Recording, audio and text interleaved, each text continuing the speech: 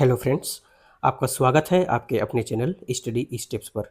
जैसा कि आपको सबको पता है कि सहायक शिक्षक भर्ती का पूरा नोटिफिकेशन आ चुका है और उसका फॉर्म भराना स्टार्ट हो चुका है, ठीक है? और उसके कुल अंक जो विषय वस्तु हैं वो भी आ चुके हैं। तो इसमें कुछ विशेष बातें हैं, आज उसी के ऊपर हम चर्चा करने वाले हैं। जैसे कि इस विषय वस्तु के हिसाब से हम किस विषय का किस हिसाब से तैयारी करें, है ना? किस सेक्शन में, जैसे इसमें 3 सेक्शन है, भाग अ, भाग ब और भाग स, ठीक है? कितने सेक्शन हैं? भाग अ, ये भाग ब और भाग स। तो इन तीनों सेक्शन में हम कैसे-कैसे तैयारी करेंगे ताकि हमारा जो सिलेक्शन है वो बहुत आसानी से हो, ठीक है? सभी जो स्टूडेंट जितने भी अभ्यर्थी हैं, वो जितने मार्क्स का एवरेज मार्क्स का जो बनाएँगे, अगर आप उस एवरेज मार्क्स से ज़्यादा मार्क्स बनाएँगे तभी आपका सिलेक्शन होगा। ये तो सिंपल है। तो उस एवरेज मार्क्स से ज़्यादा मार्क्स हमारा कैसे बढ़ेगा, आज उसी के ऊपर हम डिस्कस करेंगे, ठीक है? तो वीडियो पे आप बने रहिए। देखिए, भाग अ में आप ध्यान से देख रहे होंगे हिंदी, है ना? भाग अ हिंदी में 15 नंबर, अंग्रेजी में 10 नंबर, गणित में 15 और पर्यावरण अध्ययन इस ये मिला के 10। तो ये टोटल कितना हो गया? 15-15 30 40 50। टोटल इसी से कितने मार्क्स का हो गया? टोटल 50 मार्क्स का हो गया, ठीक है? ये हो गया। तो यहाँ से आपको समझ में आ गया कि भाग अ जो है बहुत ही ज़बरदस्त होने वाला है, क्योंकि इस भाग अ से ही आपको 50 नंबर और हिंदी, अंग्रेजी, गणित, पर्यावरण ऐसे चीज़ें हैं, ठीक है? चलिए अगला जो भाग है, अगला भाग ब में देखिए, ये जो बाल विकास है वो भाग ब जो कितने नंबर का है? 15 मार्क्स का है। और भाग स जो है, यहाँ पे आप देख रहे होंगे भाग स सामान्य मानसिक योग्यता कितने नंबर का है? 15 नंबर का है, ठीक है? कंप्यूटर शिक्षा कितने नंबर का है? 5 नंबर का। और सामान्य ज्ञान जो 15 नंबर का है, इसको हमको विशेष ध्यान देने की ज़रूरत है।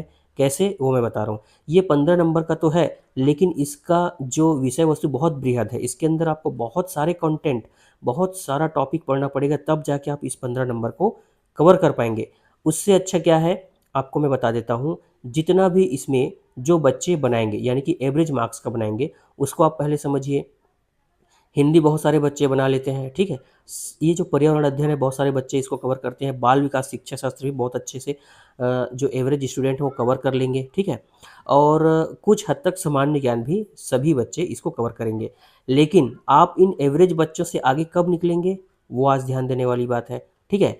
अगर आप ये जो गणित है, हमारा जो गणित है, ये जो गणित कितने नंबर का है? ये जो देखिए 15 मार्क्स का है। और ये जो सामान्य मानसिक योग्यता है, ये 15 मार्क्स का, ठीक है? सामान्य मानसिक योग्यता, अगर आपका मैथ्स और रीज़निंग जो कि 15 और 15 30 मार्क्स का हो रहा है, यही दोनों मिला के। तो अगर आपने मैथ्स और रीज़निंग को अच्छे से अगर तगड़ा पकड़ बना लिया, उसमें आपने इसकी तैयारी अच्छे से कर ली, तो 30 मार्क्स आपके कहीं नहीं जाने वाले हैं।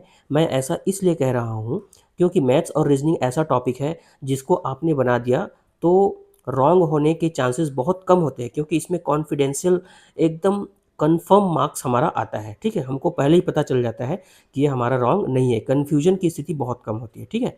मैथ्स और रीज़निंग, जब आप मैथ्स और रीजनिंग अच्छे से प्रिपेयर कर लेंगे, तो आपके लिए जो एवरेज स्टूडेंट हैं, उनसे आगे बढ़ने का चांस काफ़ी बढ़ जाएगा, ठीक है?